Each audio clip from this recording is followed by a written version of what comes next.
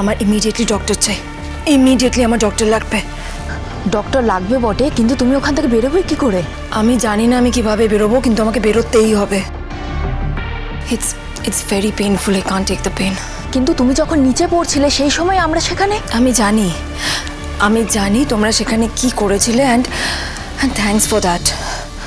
নইলে আজকে আমি মরেই যেতাম। আমি যা বলছি সেটা করো। চিন্তা করো না, পুরো টিম আছে।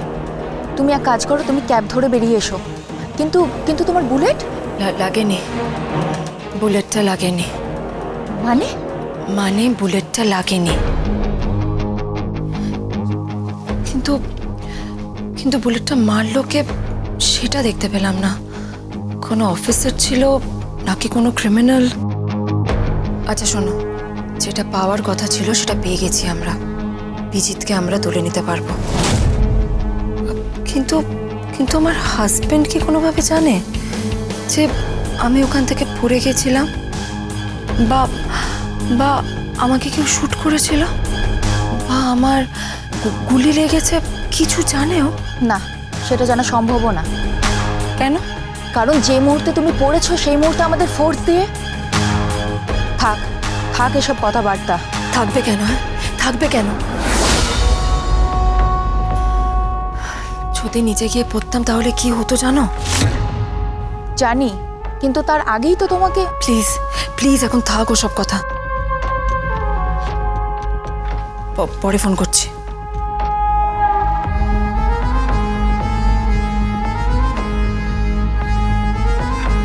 ছর্দি কার সাথে কথা বলছে?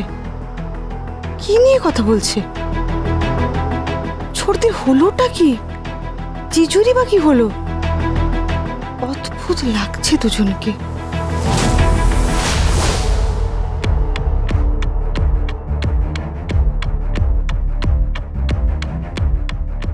সৌরভ। হ্যাঁ স্যার। তুমি বলছিলে ও ওপর থেকে নিচে পড়েছিল? হ্যাঁ স্যার। নিচে রক্ত ছিল? হ্যাঁ স্যার, রক্ত ছিল তো।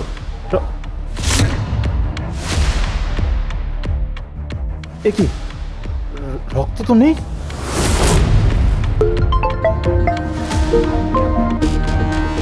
হ্যাঁ, আমি জানতাম। কি হয়েছে স্যার? ফরেন্সিকের রিপোর্ট এসেছে, আর তাতে দেখা যাচ্ছে ওটা হিউম্যান ব্লাড নয়। তবে স্যার? এটাই তো বুঝতে পারছি না।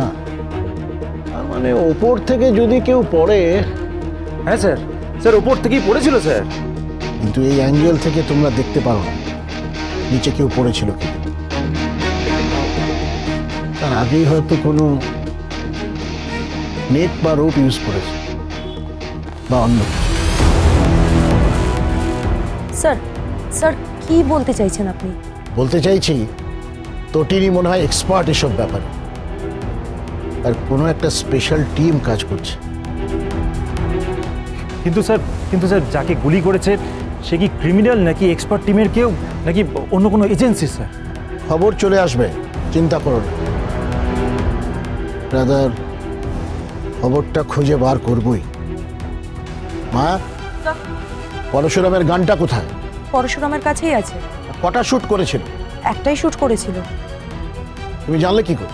একটা বুলেটেরই আওয়াজ পাওয়া গেছিল স্যার। হ্যাঁ স্যার, একটা বুলেটের আওয়াজই পাওয়া গেছিল স্যার। সেই বুলেটটা তটিনীর গায়ে লেগেছিল?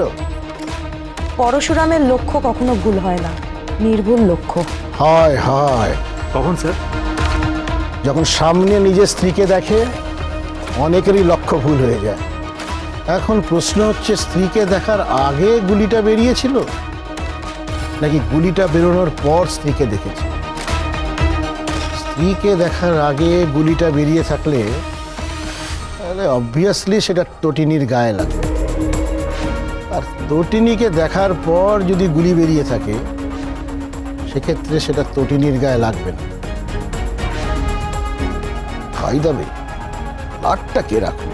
ওটা তো হিউম্যান ব্লাড নয়। ওটা কে রাখলো? কি করতে চলেছে? কি চাইছে?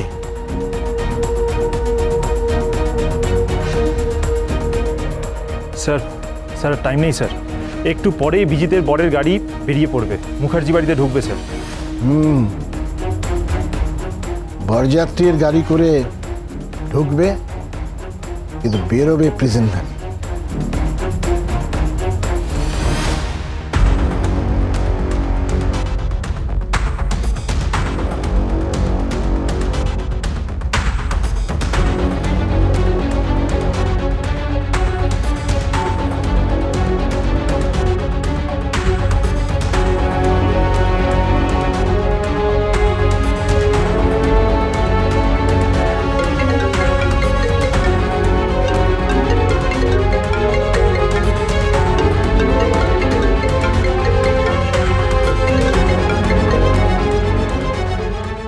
হ্যালো, কি খবর? আমার বোনের বিয়ের সাজ কমপ্লিট, কিন্তু আমাকে একজন ডক্টরকে কনসাল্ট করতেই হবে। হ্যাঁ, ওদিকে বিজি তো প্রায় রেডি, একটু পরেই সবাই বেরোবে। জানি আমি। আচ্ছা তটিনী, তোমার কাছে একটা জিনিস জানার ছিল। কি? যে গুলিটা চালিয়েছিল তুমি তাকে দেখেছিলে? কেন? আমাকে বলো, যে তোমাকে গুলিটা চালিয়েছিল তুমি কি তাকে দেখেছো?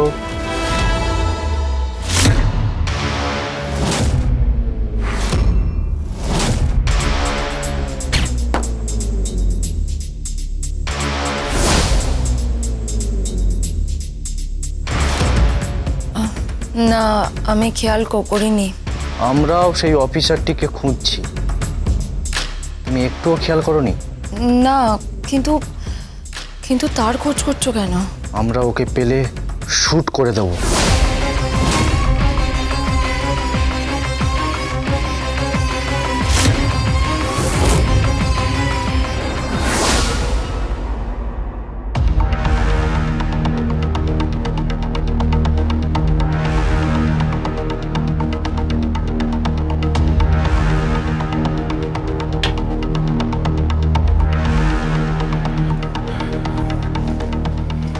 দেখুন, ইনজুরি তো এসছে, ফ্র্যাকচারও আছে।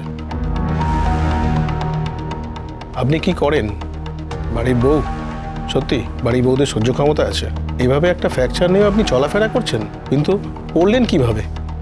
এইভাবে সচরাচর তো কারোর ফ্র্যাকচার হয় না। ডক্টর,